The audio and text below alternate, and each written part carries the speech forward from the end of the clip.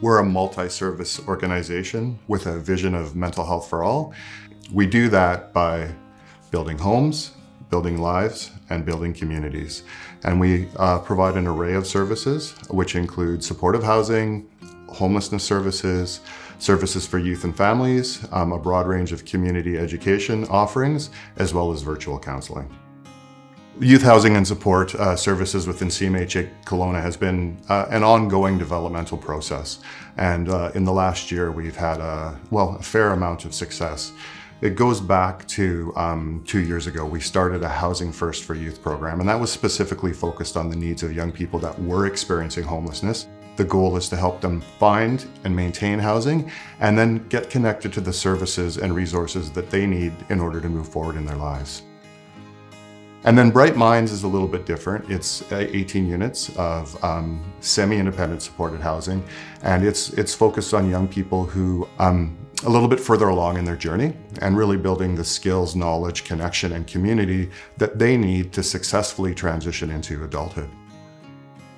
Prior to Bright Minds, I lived in a quite abusive situation with my family.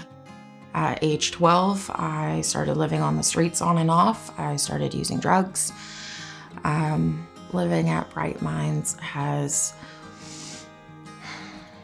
intrigued me more to follow through with my education.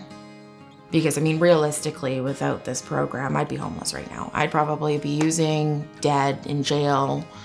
You know, like, it's so important to have youth housing. I just hope that I can get out there and help my community just like they helped me. 85% of the young people here are either attending an educational program or are in employment. So that's significant in terms of the opportunities provided to them. One of the things that we've incorporated into Bright Minds, which is definitely unique, is the involvement of 2 live-in peer support young people. So they provide part of the support team and also help to facilitate community for the young people that are living here.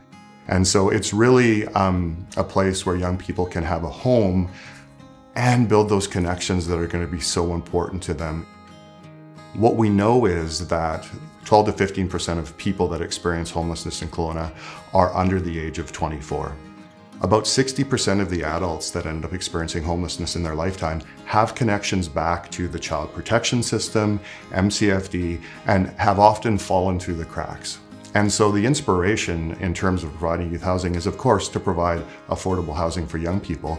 But we want to be able to go upstream and, through working with them and supporting them, prevent them from having future experiences of homelessness and hopefully lessen the number of people that are going to be homeless in the future. And so how is this benefiting Kelowna? It's benefiting Kelowna from the standpoint of giving young people a place to live, but it's also an investment in their future.